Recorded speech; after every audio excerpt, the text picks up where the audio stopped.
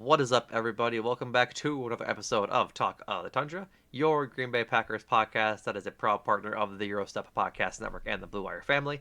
As always, I am your host, Numac, joining you for another podcast as we talk about a variety of things this week, a potpourri of sorts, a little bit touching on the NFLPA survey that came out, some cap stuff, some Preston Smith stuff, and then a whole lot of Gutey stuff. And to break that all down with me is always my lovely co-host, Jordan Tresky. Jordan, how you doing, buddy? Doing well. I'm doing very well on Leroy Butler Day. It is. We are recording on Leap Day. We are recording on Leap We Day, are so shout out number 36. And I had to second guess Hall of myself. Famer. Yes, and shout out the Yes, you're other number correct. 36, Nick Collins. R.I.P. to a real one. He's not dead. He's just not a football player anymore. I was R.I.P. about to say, are you announcing something that I don't know? No, just his injury is the reason for the R.I.P. All Yeah. of his injuries throughout his career. Well, Anywho, that's will quite the be. turn. Yeah, I'd say. Um, Anywho's will be. Let's jump right into it. The NFL report card came out this week. It was the talk of the NFL Twitter sphere for most of Monday and Tuesday, or whenever it came out. I think it came out on Tuesday, maybe. Um, Whenever it came out, it was the talk of the day because boy howdy, did a lot of teams grade not so well on it, particularly the Chiefs, the Commanders. I believe the the Chiefs, the Commanders. I think the Chargers are down there. Yeah, they have three F's to their name and a couple other ones. High flyers included the Vikings, Dolphins, and the Packers were the third ranked team grade wise. So all in all, a good thing for the Packers. They got let's see, one, two, three, eight B's, three A's, and a C. So 12 categories, I believe that is. So their highest, like most of these things contextually too, in case you didn't get a chance to look at it, they grade out each player on their, like they ask each player about their own team. They don't ask them about other teams. And so you can have a maximum of 69 responses for your team, as that's how many players are on the full roster plus the practice squad. And I believe, Jordan, Hmm. you had said that it was 1,700 ish players that had responded to the survey. Yes, I've seen over that number. There's no exact number. This is I'm getting from Packers Wire. But yeah, quite the responses given, even if it's not the full gamut of players that are in the NFL currently. Yep. The biggest ones that stood out to me were the treatment of families as a C plus. Uh, Packers, they do provide a family room, but they're only one of seven teams that don't provide daycare for their players' children on game day. All right, Green Bay, like just give them daycare. This is a very simple ask for your players that are playing on the field for 3 hours during the game. Like just provide some daycare. It's not that big of an ask. At least you're not the Chargers. Did you see that, Jordan? I did not. I only focused on the Packers, but please elaborate on how bad that the Chargers got graded. Because The Chargers F's. got Fs all around. The team charges $75 of for the first child and $50 additional for each child to do Whoa, to Jim have Harbaugh, you got some to have things to daycare. fix over there. Yeah, that they pay that they make their players pay to have childcare. Yeah, yeah. A major complaint from the What a players is cheap that ass. a major complaint from the players is that the daycare is not convenient for the families to use, and that the team charges players unlike most teams in the NFL. So I saw a funny joke where it was like, yeah, you charge for childcare too if you employed both Philip Rivers and Antonio Cromartie at the same time. For a while there, two players with 20 plus kids to their name. uh, but yeah, overall, like this isn't really like groundbreaking stuff coming from the Packers. It's just like good to talk about. I think the only thing that um, is honestly worth talking about is the coach and the ownership.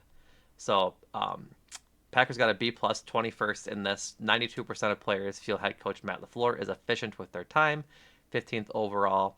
And then the players feel that Matt LaFleur is moderately willing to listen to their locker room, 26th overall. worth, like I said, contextually that 8% of 69 is about 6 players, or is about, I'm sorry, 4 players out of the 69 that are on a full roster if all 69 players filled out the survey. So, like, if your bottom 4 guys in your practice squad are thinking that Matt LaFleur is wasting their time, that's where that comes from. I'm not saying it is. I'm just saying that it's still a pretty good grade for Matt LaFleur. Yeah, very much so. For what it's worth, the top rated head coach was Andy Reid. He had an A plus first. Andy Reid received a 9.77 out of 10 individual rating from his players. 95% of players feel that Andy Reid is efficient with their time, and the players feel that he is willing to listen to the locker room, 6th overall. So, like I said, Andy Reid, good coach, and I think that the variance between Andy Reid and Matt LaFleur on this scale is like the gap is not very big. It's just 1 or 2 players here and there.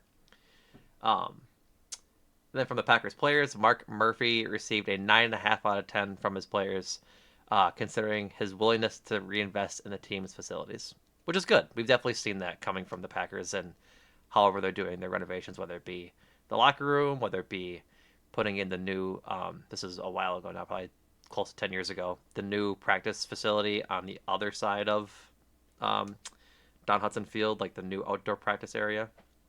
And then Hmm. the locker room was, I think, was a while ago, but I think they're trying to get a new one of those. At least the players want a new locker room. But yeah, I think there's definitely no shortage of development at Lambeau Field. No, that would They're be always doing something. putting it mildly. Yeah, they're always doing something. Considering, like, I think when I was graduating from high school, they were building the big extension onto the parking garage for the players and everything. So Yeah. they're definitely listening, which is good that they're listening to this survey. So I think 7 minutes and 15 seconds is more than enough time on this survey. Would you say, Jordan, should move on? All I want to say is good job, Packers. There we go. Good job. They got a good grade after we gave out grades. There we go. um, the next biggest news that came out in the past week since we recorded is the big cap spike in the salary cap. You looked like you were going to say something. No, I was just marveling at this cap Marveling spike at this because number. it did make my eyebrows raise when I Mm-hmm. saw the number. I was like, that seems higher than what it was supposed to be. Yep. You can thank the Swifties. Not entirely, but probably a good chunk. Probably, I wouldn't say it's negligible. Did I make you do a spit take? You know what's funny is I literally had the same thought. I was like, Taylor Swift? I mean, if you have a whole new audience watching football game and a whole new audience watching big football game, that's just that many more eyes you're going to be hitting, which is more money for advertisers.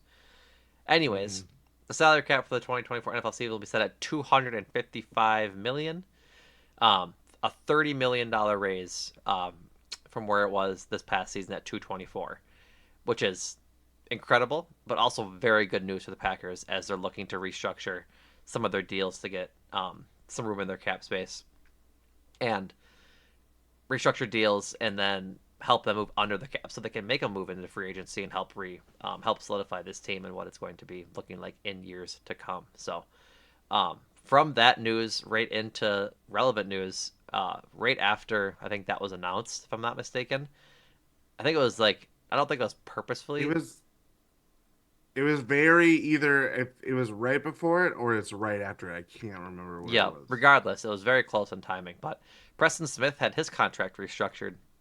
This was first broken by ESPN's Field Yates. Um, he was the second player to agree to a contract restructure following Rashawn Gary, who did that. Um, the Packers ended up saving 2.4 million in cap space for 2024, reducing basically just a big pay cut for Preston, similar to what Aaron Jones did last year. Um, but in exchange for taking the pay cut, he can earn up to $4 million in incentives should he reach 10 or more sacks this next season, which is good because now that locks up the Packers' top 2 edge rushers coming out of this year. We talked about it last week a little bit, but I know I was and still am a fan of keeping Preston Smith around. If you think about it, I think it was might have been Andy Herman or Matt Schneeman had talked about how the rarely do you see, and especially from the Packers, a free agency pickup last 6 years. Like that's a pretty good free agency signing to get 6 years out of a free agent. I believe if I was looking around, I believe Preston Smith ranks 12th in Packers history with sacks. I think it's like 41 and a half sacks, I guess. Um, That wouldn't surprise me. that would not surprise me, and the fact that he's staying, at least another year doesn't surprise me either. We talked about the need to have Preston Smith around. Like he's not flashy. He's not like the most sexiest name. Um, but he's reliable and a shift defensively and schematically to where he's more used as a you're a pass rusher, you're a disruptor, you are getting off the line however many ways that you want to do it, whether it's strength, power, using explosiveness. He can bring all those things, and it's not. And considering the depth of that position right now, especially with one rotation edge rusher possibly gone for the entire season next year, who knows? With JJ But Enigbari. yes, with Enigbari, Preston Smith was a necessity. Like I don't think I think once they I think that was already kind of where it was trending to begin with, but Enigbari getting hurt kind of just reinforced like, yeah, you can't really move on from him. And the fact that the Packers do want to win now and you keep a player that, is still productive, has a big voice in the locker room, like we focus on Aaron Jones and we focus on, the few veterans that the Packers have. Preston Smith is like right there with them. Like he's been there as almost as long as Aaron Jones. And to your credit, like I know he was we think of the draft and develop mantra of like that's your homegrown player. But like Preston Smith can easily say that about himself, considering that he's been able to kind of fight through the ups and downs and has really carved out a very unique path within the Packers kind of just framework of like how they operate because that is not common for the Packers to have a free agent last as long as they do. Or at last as long as he has. So yeah, I was very pleased with the news, certainly. And if you're looking, I'm looking at the Athletic had like free agency rankings by positions, and it's like you kind of look at the edge rushers. I'm reading this is the top 10 list right here. This is, I believe, from Randy Mueller. Number one is Brian Burns, who possibly be interjecting, probably going to be franchise tag. Daniil Hunter is number two. Josh Allen, another franchise tag candidate. Then old friend Zadarius Smith. Jonathan Greenard of the Texans, Bryce Huff, who is apparently not getting tagged by the New York Jets, Leonard Floyd from the Buffalo Bills, Chase Young at 8, Jadeveon Clowney with the Ravens at 9, and DJ Wonnum, who I believe got hurt by the end of last season with the Vikings. So Preston Smith could have easily probably made as much money or made more money if he were to hit the open market. Considering you look at those top three names, but those guys might not be touchable. Maybe Daniil Hunter is, but Josh Allen and Brian Burns are the one of the most premier pass rushers, and they're still on the rookie contract or like have taggable mechanisms with their teams. So like Preston Smith could have easily been like, yeah, I don't really need to be friendly with my contract. I could have easily just go out on the open market and see for myself how I'm valued, elsewhere. And he didn't. And that is kind of saying something. Yeah, absolutely. Like I think like what you're saying is 100% correct. With the edge rushers being how they are and being like the veteran that Preston is, he easily could have gotten probably. I don't. It's not that it's his choice that he could have left. Like it's the Packers' idea that they had to keep him or cut him. But he could have easily went on and got a better deal from not a better deal, but a similar deal to what he's going to have this year from another team, considering his productivity. Mm-hmm. What did you guess Preston was for sacks? I believe it's 12th. According to StatMuse, he's way higher than that. He is sick. Because I He is sixth.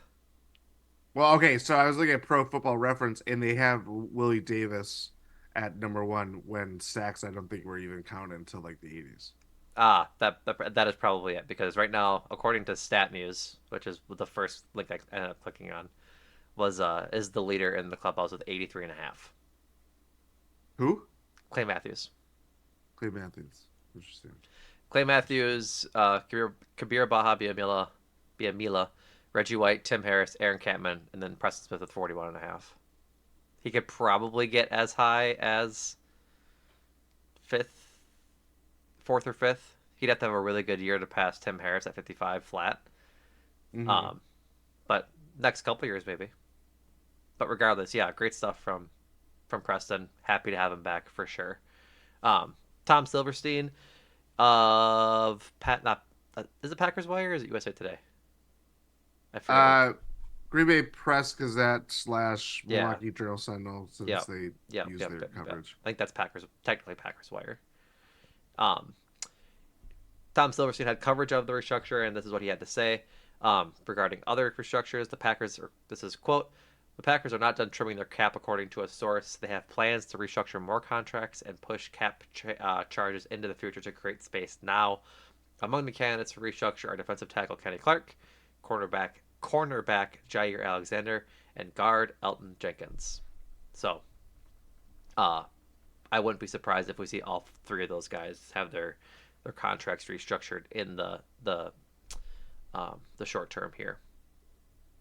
I think they have to do it before The what? league year, Yeah, is that March 13th. March 13th. So within the next couple of weeks. So um, I'm trying to see. Okay, yeah. Alrighty, that does it for that. Should we roll right into General Manager Brian Gutekunst's comments? Because I think that's a natural segue to what he had to say during the combine this week down in Indianapolis. Goody, goody, goody, goody, talking everywhere because there's a lot of content. I cannot believe you. Wow. All right. Do you want to start with David Bakhtiari? Yeah, let's do it because Uh, it's easily the elephant in the room at this point. yeah.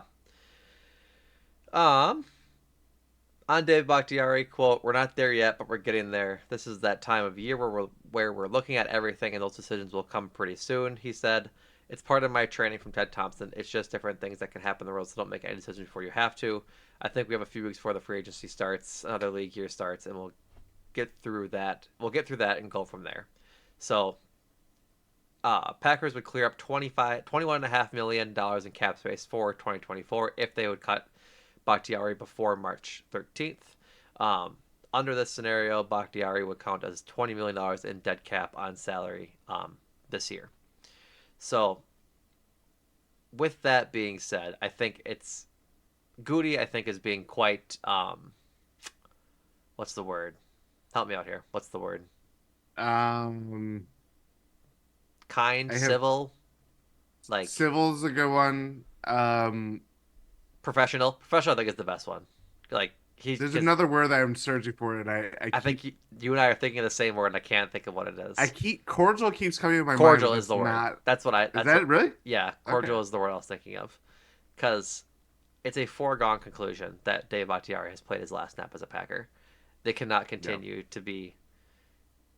They cannot continue to pay David Bakhtiari for the games he doesn't play, and just not knowing the status of his injuries. They know the status, and it's grim, and just not knowing how he'll be able to rehab. Like you don't know if he'll be able to rehab coming back from this latest two surgeries, and how he'll be after that. Like will he be an All Pro? Just as well maybe, but it's so hard to predict after he's played so little since what I forget. Jordan, was that 2020? Yeah, when he injured it, 2020 or 2019? Yeah. 2020, because that was Yeah, the year that they went to the so, championship game but lost to the Buccaneers. yep. And so it's just like it really really stinks, but it's just it's a foregone conclusion at this point. But Gutey is doing a good thing and not just airing him out to the media on Combine Day or during Combine Week. Yeah, I am completely aligned with your kind of forecasting in this situation because it's just like no one wants to just put it out there that they're gonna cut him. Everybody knows what is happening, what's been happening. It's been it's not through any fault of anyone.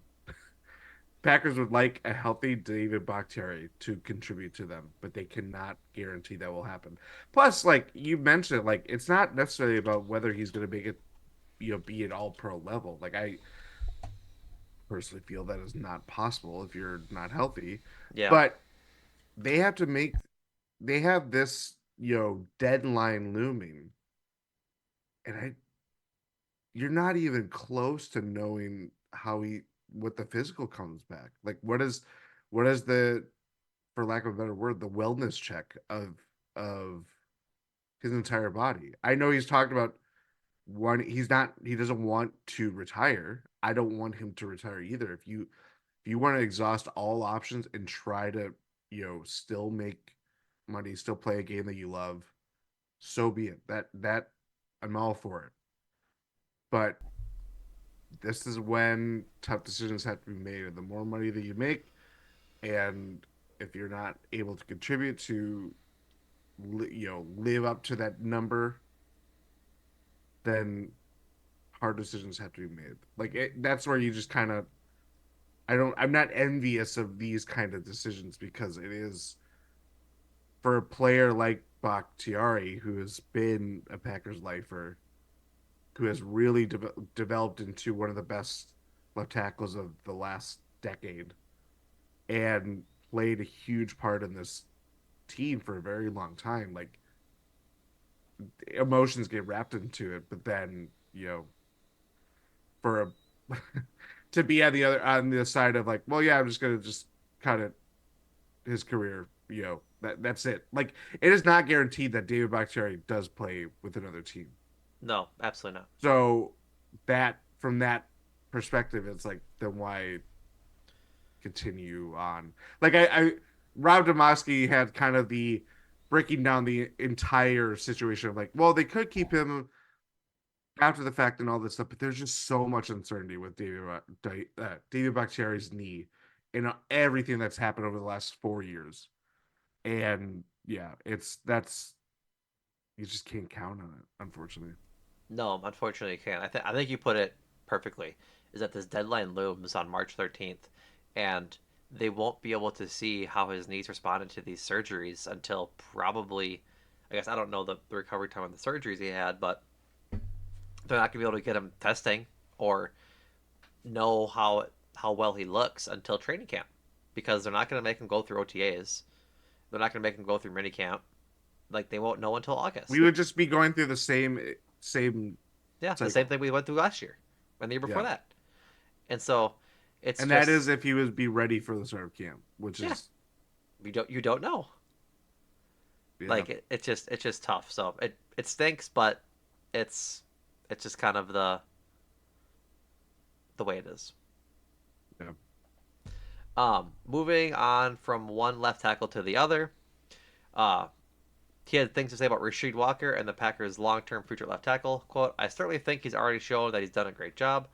Um, I want competition at all five spots, but Rasheed again, another guy that the improvement in the work that he put in, it's exactly what we want. And we expect him to get. Oh my word!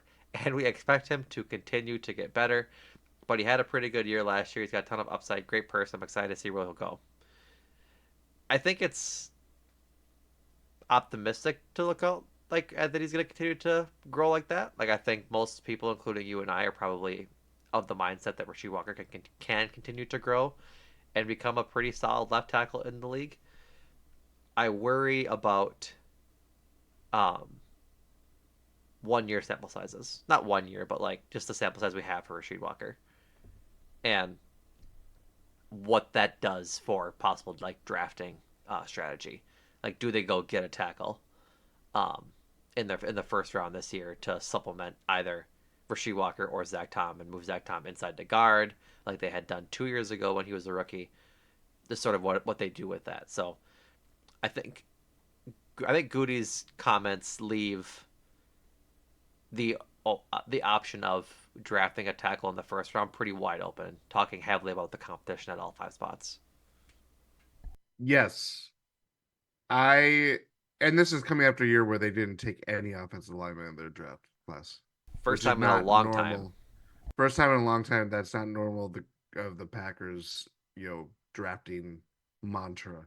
So yeah, and there's a lot of good offensive linemen in this coming class. So how they look at that and you know size up what they saw from Rasheed Walker and project that into, well, is this guy a starting caliber, left tackle? I think so. Is he the future left tackle? I don't know. That's again big shoes to fill on that front because the guy that they're replacing is essentially replacing was there for a very long time and held that down for over what healthy 7. wise probably 8 seasons. Yeah, something like that. Yeah, and Yeah, I think like the way you put it is perfect. Like the ghost of David Bakhtiari is still in the locker room. The idea yeah. of this is what you're intending to replace with David, like with Rasheed Walker. Like this is David Bakhtiari. You need to slot into his silhouette pretty perfectly for this team to have success. Not that they did have success last year when Rasheed Walker was playing. Obviously they did, but it's one of the most important positions in football, the blind side of your quarterback. And so if you have a bad one, when it's very noticeable.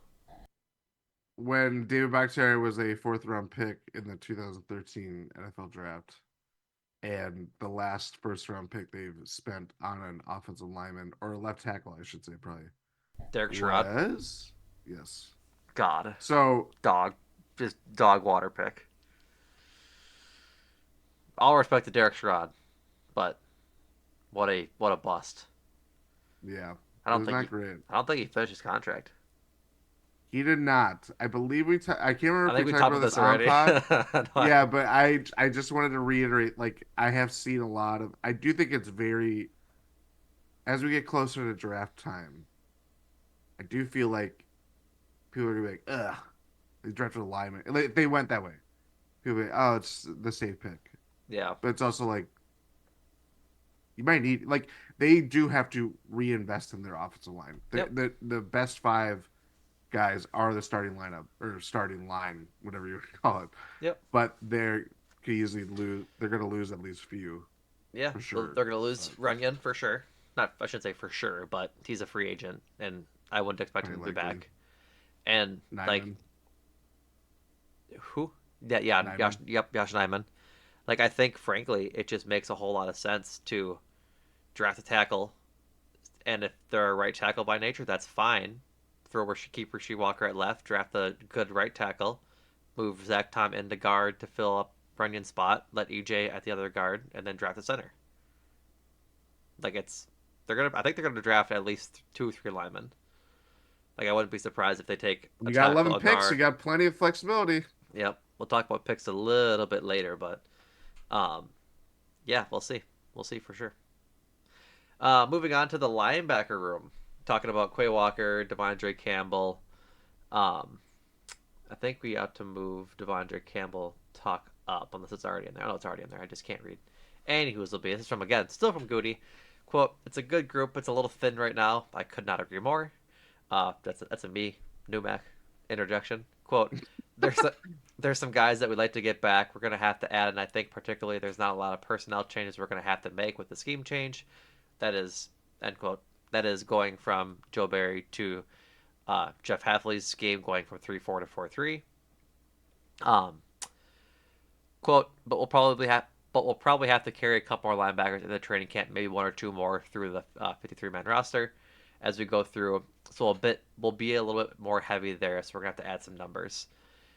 I think that's a good way to look at it, as 4-3 needs more just off-ball linebackers, just by the nature of the defense. So it's a tough year. for linebacker in the draft. It's just it's just not one of those drafts. Like it's a good QB draft, it's a good receiver draft, it's a good um, lineman draft, but not a good cornerback, running back, or safety draft, which is what the Packers need in particular. Um, but as we talked about linebackers in need, it'll be interesting to see what they do. Like I think we gotta hop right into the elephant in the room is Devondre Campbell is easily the biggest question of this room, whether or not they bring him back. And I think with the scheme change, they almost have to, which sucks, They always have honestly. to. Bring him back because like they are thin. Like I think he gets brought back if they restructure him or if they just keep his contract as is.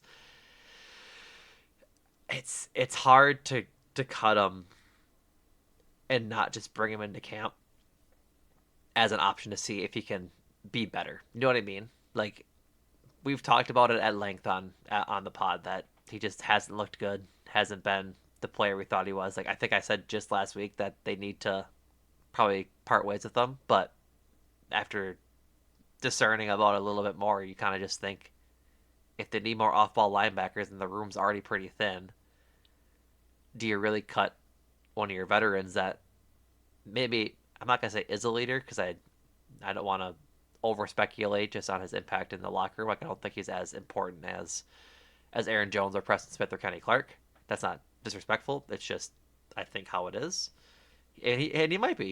He wore the green dot enough during his tenure here, but I just don't think you thin out that room more than you have to before you need to, as Gutey said. If they need to make a decision on it, they probably try to restructure his contract, and then go from there. Yeah, it's not easy. I think this is easily the hardest, and it is probably the most loaded decision because it infects like everything.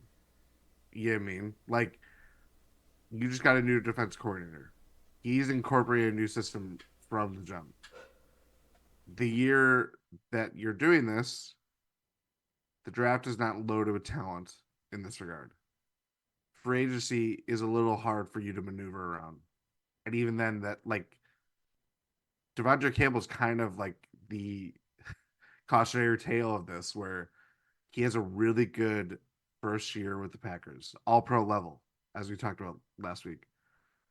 You give him big money, and health might not be on his side. He's not as effective. He's losing a step, in part because he has injuries or whatever. Like he is 30. Like that is teetering on the edge of like, okay, you're out of your athletic prime, regardless if you have bumps and bruises, which just happens with football. I don't know. That's where it's like I feel like they really want to push the kind of as much as they can to like really reinvest in that position, but taking complete assessment of where you're gonna the decisions that you're gonna be making, where you're gonna be putting more money in and all that stuff.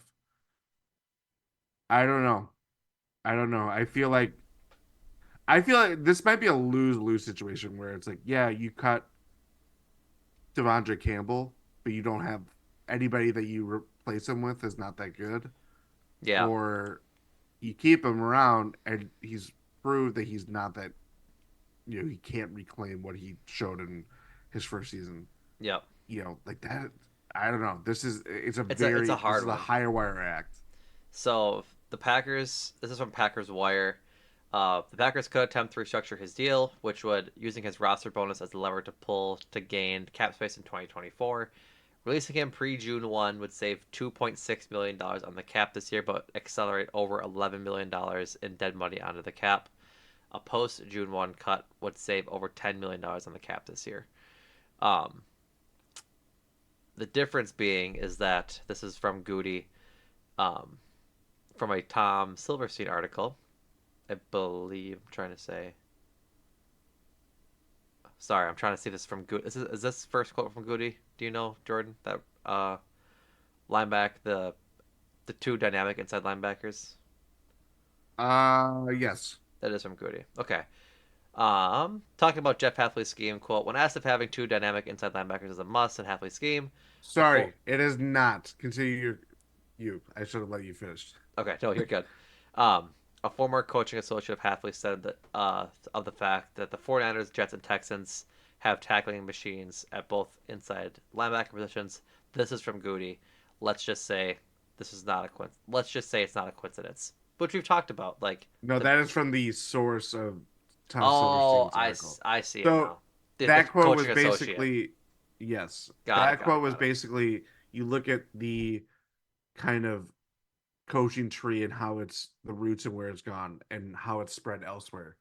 And all this defense is really prided in these really fast linebackers, and of course have thrived, whether it's Houston, San Francisco, even New York with the Jets, making the dumb decision to commit to Aaron Rodgers. Um, but yeah, like that is kind of that. I thought that was a very interesting quote. Regardless, Yeah, I would agree. And I don't know. I definitely think they need linebackers who can tackle. Like that is the biggest thing about a 4-3 is your off-ball linebackers have to be able to stop the run and have to be able to tackle quite well. Like that's my biggest thing about this draft is like I would love them to get an absolute dog at a linebacker. It's gonna be hard. Like there's not a lot of like outstanding ones, but you can always find like I don't want to say success in the aggregate to make it like Moneyball-ish sounding, but if they just put another two linebackers with Quay Walker, I think that's a good core. You just wouldn't have your stud at linebacker. You'd have it with Kenny Clark and Rashawn Gary, and hopefully you can find some guys in secondary that can really pop out in the next year or two in the draft or in free agency, which we'll get to in a second. But um, this is more from Tom Silverstein. There's no question that Quay Walker will be one of the two linebackers in the on the team. Walker has every bit of pursuit qualities Halfley seeks, and according to a source, the Packers would love to move him to the weak side position where he wouldn't have all the play calling responsibilities he had as an inside linebacker and could be free to run to the ball. Like, yeah, that'd be important. That is like he's a good tackler and just needs to be able to I think just be let play. Like just let loose and let him play. I have the a top 10 list, the same article from the Athletic of linebackers. If we just want to go through some names, Sure, go for it. would you? Here's some names. Patrick Queen, almost certainly probably gonna be tagged or something like that. Frankie Louvu from the Panthers, Devin White from the Buccaneers, who I believe is also franchise taggable.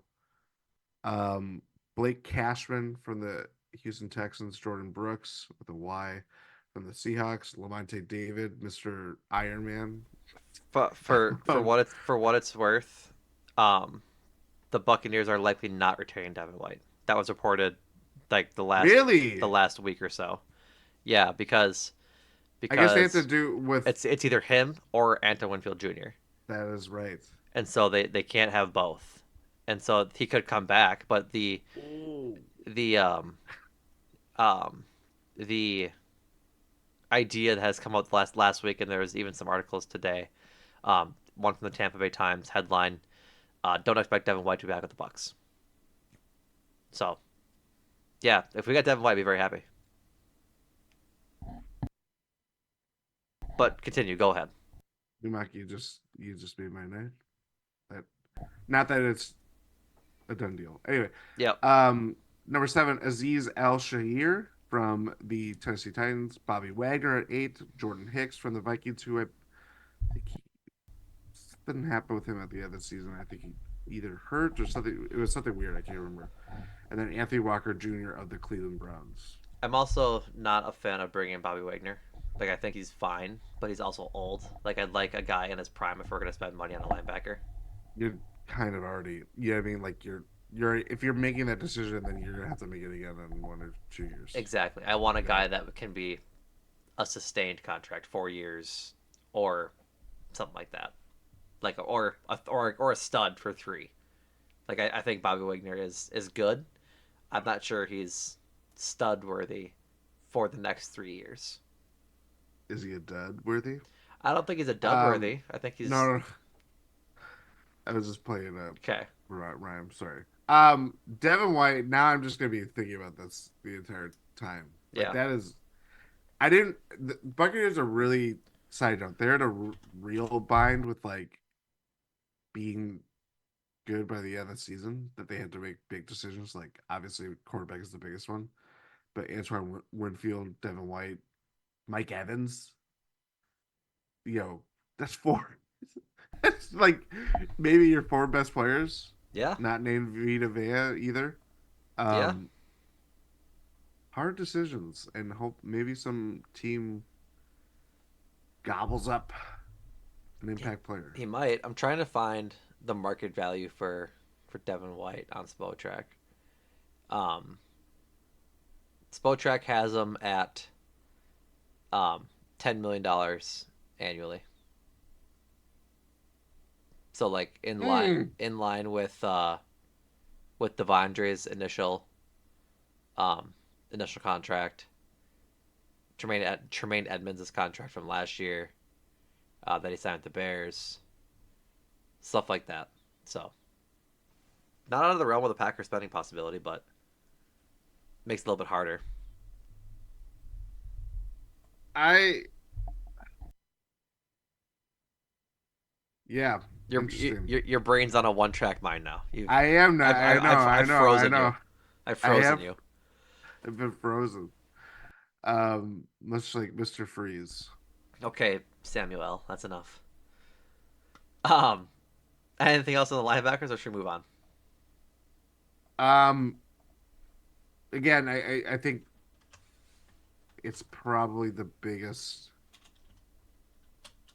Safety is just so like bare, but that could easily get filled up pretty quickly. Like I do think they're gonna have to make a hard decision between those two positions in terms of like improvement. Like those Where they are spend their money on. they have the biggest room for improvement, whether it's draft or free agency, but eventually like the rubber's got to meet the road because they're gonna do other things that we'll get into and all that good stuff. But for shaping the defense, like this is not it's not the greatest year to do that when it's a draft class like this and a free agency class that has some impactful players, but you know, it's kind of fool's gold sometimes. Why don't they just sign Antoine Winfield Jr. and Devin White? Maybe that would help You things. know, that might be the answer. um, moving on. The excuse me. I guess briefly head to the offense because there wasn't too much talk from Gutey on the offense because it is clicking so well. But the biggest thing is that for all of you looking out for a contract extension from Jordan Love, you're going to have to wait a little while. Um, per the new CBA, players cannot sign new contracts until a year after they sign their last one. And so, since the Packers gave Jordan Love a contract just before they had to make a decision on his fifth year option in May last year, Jordan Love's contract cannot be announced and signed until May 3rd of this year. Gutey said at the combine, "quote I'm sure we'll see David, uh, I think it's Mulligata and Andrew Kessler at some point while we're here. All of our guys, Russ Ball, and a lot of our scouts have meetings set up through the week. It's a good information gathering time for sure. So it is what it is, but I would expect May 3rd to hit shortly thereafter, and we'll see a new Jordan Love contract. Jordan Love will be swimming in cash. Yep, he's taking yeah, absolutely. The wide receiver room, Goody said, "quote I mean, I like our group. Um, Nothing set in stone with that group, which I love. I love the competition there, but we'll add to it if the right guys are there for sure." Which I think is an interesting thing to come out of Goody's talks. Like we talked a couple weeks ago. We talked about it in the Discord. Brief interruption. Join the Discord. GSP.info. You can find the invite all of there. But between Jaden Reed, Romeo Dobbs, Dontavian Wicks, Malik Heath, Bull Melton, Luke Musgrave, and Tucker Craft, they have a lot of pass catchers. That's not even including Christian Watson, I was because gonna say you did not mention him. well, that's the reason I don't mention him, right? Is because they they don't have a post player in a wide receiver. Like they just don't have a guy to run the post as a wide receiver. They do with their tight ends, which is fine. They can use them just as well that way. But say they get to 25, and for some reason, Keon Coleman is there, or some one of the other top receivers. Like um, I say it like it will be Rome Odunze or Marvin Harrison Jr. It obviously won't be. But like Keon Coleman is mocked 30th. He's quite the player. Brian Thomas Jr. from LSU is mocked 23rd. And then you have a bunch of guys who I think I've seen a little bit. I refuse to draft Lad McConkey. I can't have that guy on my team. That's just a stupid. McConkey. Yeah.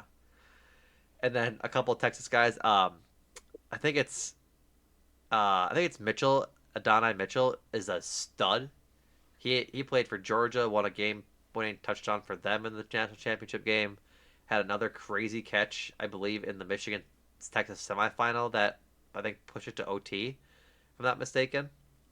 So like he'd be a good get if he's available when the Packers want to take him. So like I don't think it's it's always been BPA for the Packers, right? Best player available. I I I I wonder thought it was if best Packer available. I mean that literally that would be the case, but I'd be curious to see if they invest heavily or even just invest at all at wide receiver this year. Like they might I think it's not. a lock. Do you think they I think do? it's a lock. Oh yeah. I'd be curious as Oh to yeah. if you think it's a lock. I think I'm curious as to when. You know, because like, Well, it's certainly not the first round. but I don't think that's a bad idea. Like, because it's not a good draft for any of the positional players that they need. If the draft shakes out in which they fall, in which like no tackles fall, and none of the guys they want at like safety or quarterback are there, like say, uh, Kenyon Mitchell there is gone, Cooper DeJean is gone, Cooley McKinstry's gone. Like if those guys are gone, and what I guess what do you do if you can get a stud receiver like Keon Coleman is or like Mitchell? Because I think those are like the two that are really going to be in their wheelhouse there. I wouldn't be surprised if that's what they go. Like Keon Coleman is 6'4", and Adonai Mitchell is also 6'4". Like they need a big 6'4" guy, and those are the guys there. But at the same time, Man, they pick. Where do they pick? 25, I believe. 25, 41, So right, but that's what 50 I'm saying. They something. have 16 picks between 25 and 41. Yeah, 16. Yep. Like, do what do you how do they assess their need there? Do they draft need first or do they draft best player available? Because they could reach on a guy like right now. Tankathon has him taking Ennis Rakestraw Jr. out of Missouri at cornerback, and then at 41 they have him taking Tyler Nubin, the safety out of Minnesota. But say instead of taking the cornerback, they take they take a receiver, and then assess secondary and the two picks they have in the second round. Like that's still a good time um, to get good players in secondary second round. They pick at 41 and 58. So I don't know. Like I'm genuinely curious as to where they'll invest in wide receiver if they do. I wouldn't be surprised if they didn't. I wouldn't be surprised if they took one high either. Yeah. I just think we all loved kind of the unpredictability of how the Packers offense shaped out by the end of the year, where you look at one game and you look, that's the Jaden Reed game. This game is Romeo Dobbs. That game is Luke Musgrave or whatever. But I do think with the injury history of Christian Watson, Romeo Dobbs is a good but not like great wide receiver. Jaden Reed, really good, excellent rookie season. Where does he go from there? Dontavia Wicks has breakout potential going into next year, but health I mean, he left 5 games. It felt like with nagging injuries and stuff like that. Like it's not set in stone. Nothing is set in stone. And really, like the biggest theme of any of Gutey's comments over the last probably month, basically between the scouting combine and his end of the season kind of reflecting on everything, was just competition, building on what is already there. Iron sharpens iron, all that stuff. But if you incorporate new players to kind of, hey, you're not like nothing is guaranteed to you Not moving making sure forward. that guys don't get complacent. Exactly. And they're in a very fortunate position to kind of like they're not they're not super versatile or flexible in free agency, even though that is increasing with the cap spike and any restructures that they do. But with a lot of draft picks to kind of build it up further, depending on how many they use, I don't think they'll use all 11, but that's another thing entirely. Topic we'll get to in a Um, moment. yes. Um, I just think like I don't I think my overall kind of outlook with everything is like I would not be surprised by anything outside of Quarterback. yes. Yeah. You know what I mean? Like No, I know. you can't put expectations on like yeah that is what they're set there. Yep. Like they can, but it could change easily. Yeah, I totally agree. I think like um well, I guess we'll pick this conversation back up in like 2 seconds.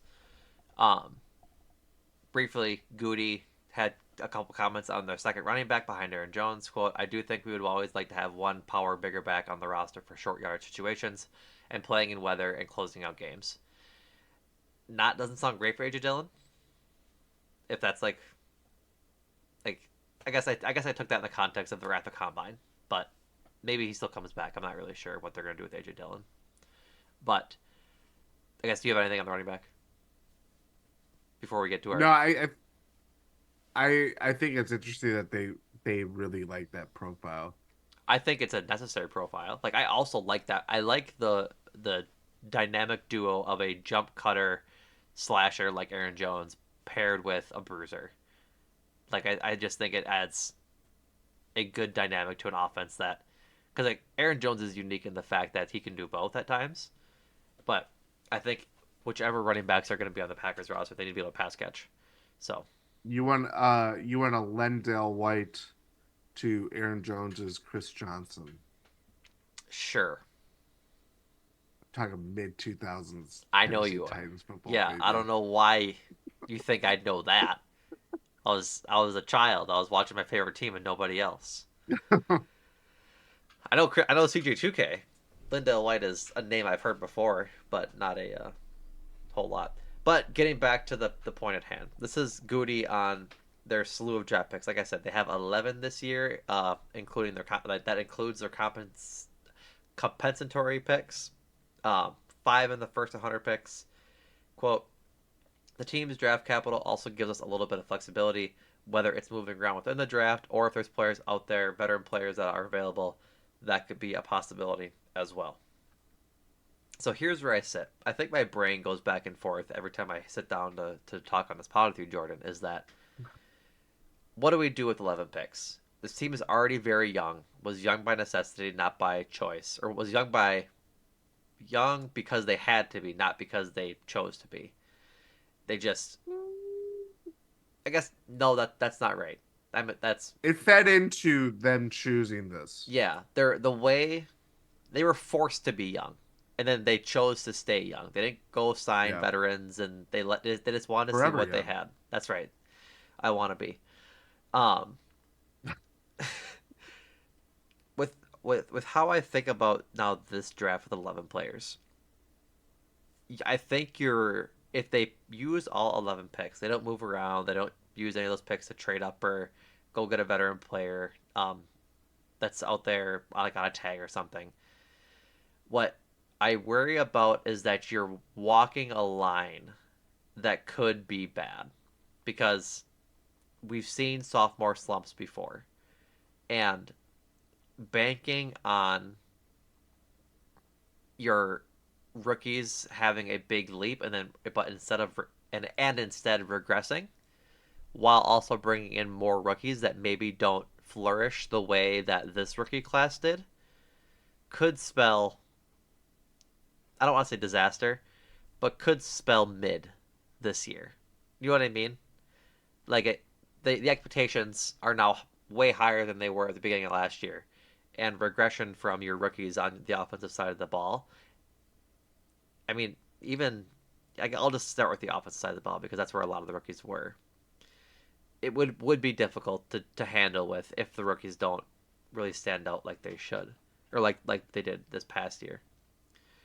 But at the same time that would be hard, man, it would be really, really good cap wise and really good team building wise if the first 2 years of your Jordan Love era drafts are just home run drafts.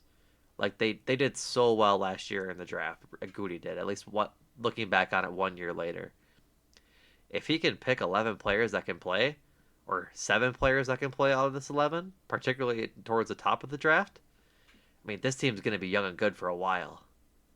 And it just like sets you up to pick and choose your the most impactful players out of these last two, this one and last year's a 2023 class.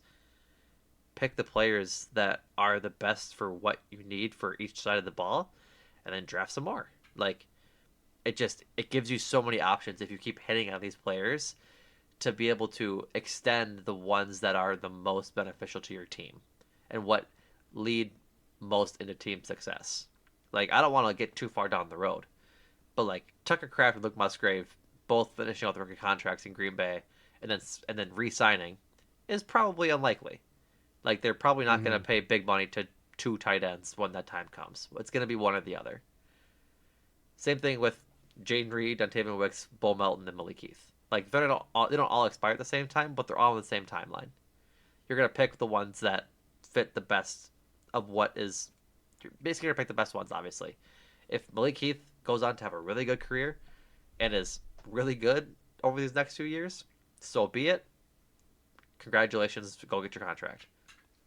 But I just like the idea of just keep getting all these draft picks and keep drafting well. It's hard, it's definitely hard, but I just like the idea of being a young team as now if the 23 class can really keep growing, keep progressing as players and leaders. Oh man, having that group be the leaders into subsequent years of good drafts could spell success in a huge way for the Packers.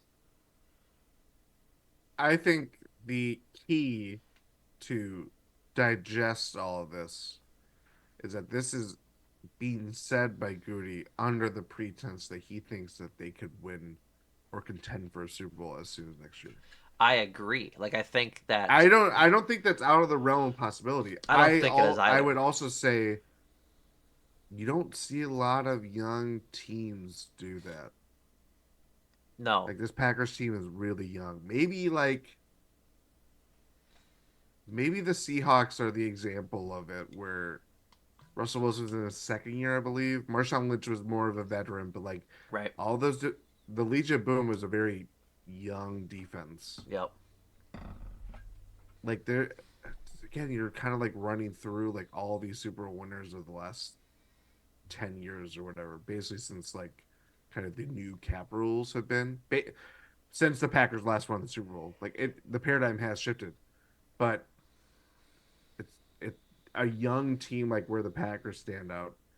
It's kind of an anomaly, and obviously they're not even there yet. So that's where I'm like, I do agree with everything that you're saying because it's not these guys that we think are. Not everybody's going to hit. Not every No. the Packers might have a completely different view of how they view their development, their investment. Maybe injury happens. It's just that's how it works. But they are looking at Lucas Van Ness being the highest draft pick or lowest that you want to call it, whatever. Being the highest draft pick that Highest. they highest, yeah. Being the highest draft pick that they make for a while. You know what I mean? He was 13th or 15th overall, whatever it was. Um, And if you're contending for Super Bowls, you're not necessarily finding impact players late in the first round. But Packers specialty has always been kind of finding like deep in the draft, and maybe they're not serving the use of like a 5 to 7 year career, but like 3 years, they're really relying on it. Like every once in a while, you hit on David Bakhtiari, or it could be a you know, Carrington I'm Valentine. trying to, yeah, exactly, like that. I don't know. It just kind of runs the gamut and everything. So that's where I'm like, I just don't think they're going to use all picks because I think they really believe in kind of bringing in a more ready now win player at some point. That doesn't necessarily mean that they're going to trade their first rounder. I don't think that's all that they want to do, but to they can address both now and in the future, like they usually do, where if they make a splash in free agency, it'll certainly be more on the present side and then draft and develop wherever along and what pick that they do. Do you want to hear my idea for this draft? Yes, So, with the idea that going off of what I was on a tangent about earlier, that 11 picks is a lot of picks. And if they it pick is a all lot of of them, picks. they're I still very believe young. I believe that is even more that they had last year. It is.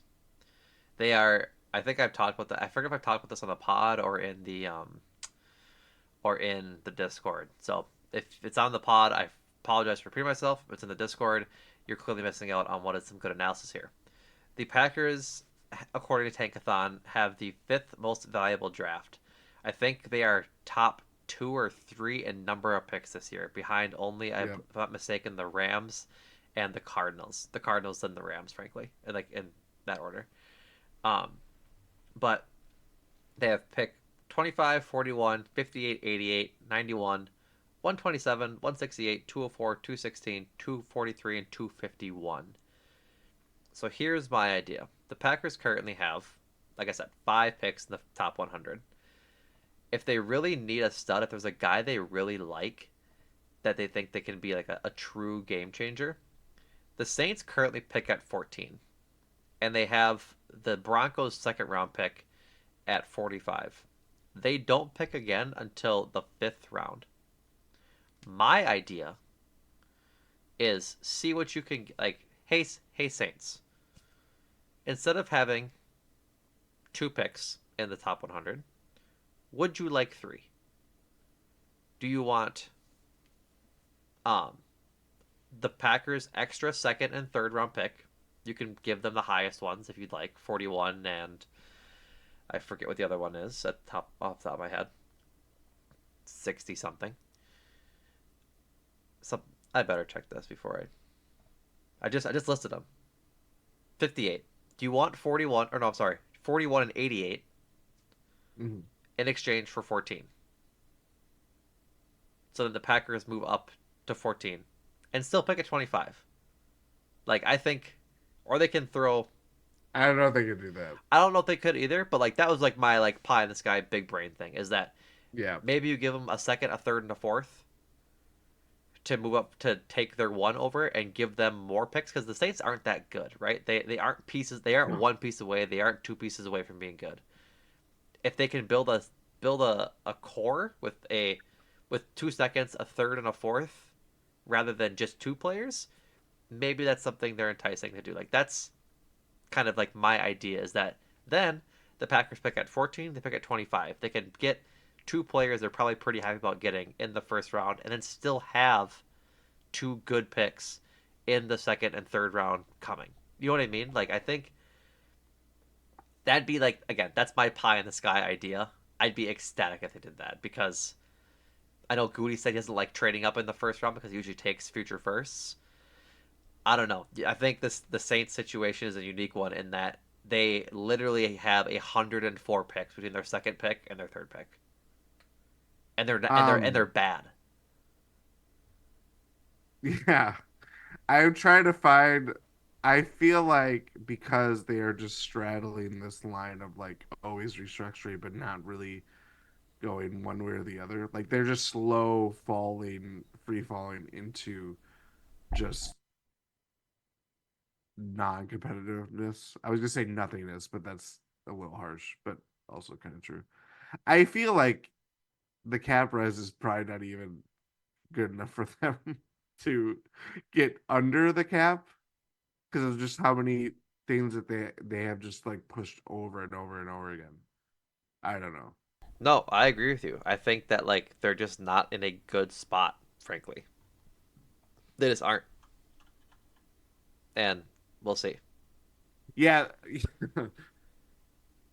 yeah. So as of when the news broke that the cap was rising to the number that it's at 255, they were over 40 million on the cap. Wow.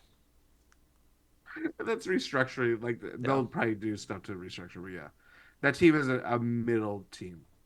It lives in the middle. Yep. They certainly do. I'm trying to see. Apologies for Saints Power Hour, You're good. but Um, I'm trying to see. Just like do like pay trick. There's like a calculator that you can do to like draft picks. The if they would do 14, 55, 88, and 90, or sorry, 14 for 55, 88, 91, it doesn't quite get there.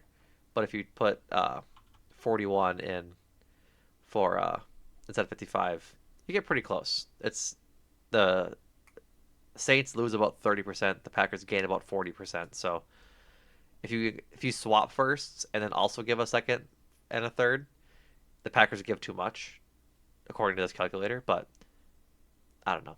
I just thought that'd be a decent idea. mhm. Does it happen? Almost certainly not, but I would hope they give it the old razzle dazzle. college try. Yeah, because if I'm the Saints, I it's a grim future that I'm looking at. Why not just go load up on young guys? Because I'm not sure Derek Carr is doing much for you. Michael Thomas doesn't exist anymore. Chris Olave is really your only guy in offense that you're really excited about because Kamara's aging and he wasn't good last year. Maybe they're just bad next year because I mean, what they go 8-9, 9-8, and they didn't win their division, and that's because they played 6 games against the Panthers, the Falcons, and the Buccaneers. The Saints are a team that is made with global warming in mind. The and planet is with just gonna. and with that, folks, my word, that has been the latest episode of Talk of the Tundra. Thank you for listening. Um, you can find all things Hero Step Podcast Network at gspn.info. All things Bucks coming from Ty and Rohan on the Eurostep. Uh, they just released an episode talking about the post break success that the Bucks have experienced with wins over the Wolves and the Sixers. I believe tonight's win was a 4 game winning streak, 5 game. Damn right. I think it's 4, right? Wolves, 4 in a Sixers, row. Hornets. Yeah, they play as you're listening to this to the Bulls tonight. Um, so hopefully they can continue that streak. You can check out obviously Jordan and Adam on 1 and 6. They just dropped an episode today talking about the new Giannis documentary. So you had said it was one of your favorite pods that you've recorded in a while, which I'm not offended, but It's Bucks pod. Bucks pod. Packers pod. You gotta separate it out. And with special guest Andrew Snyder. So it's kind of a little crossover of Bucks, Little Brewers, I believe is mentioned. But also make time for this, our, you know, the pop culture pod that we do. So yeah, I thought it was a very interesting conversation, just kind of the ins and outs of the honest talk, what worked, what didn't work, why he keeps telling you a story for the third fourth. time in like fourth time in like 3 years, basically. Yep. So yeah, I really liked how we covered everything. And I think we all kind of came to the same conclusion, which I won't divulge now. But yeah, if you haven't watched the doc, watch that first and then listen to that. Speaking of make time for this, last week ago, last Thursday, the make time for this, boys. Adam and Andrew talked about the joys and tragedy of Iron Claw. Sean Durkin's tribute to one of wrestling's greatest families. I think I mentioned that last week, but no sense in not repeating it again. But also check out Adam and Andrew on Cruising for a Bruising as spring training has kicked off, and we are excited for the upcoming year of Brewers baseball. So, with that, folks, that does it for us. Thank you so much for listening. We appreciate it. And Jordan, thank you. Thank you.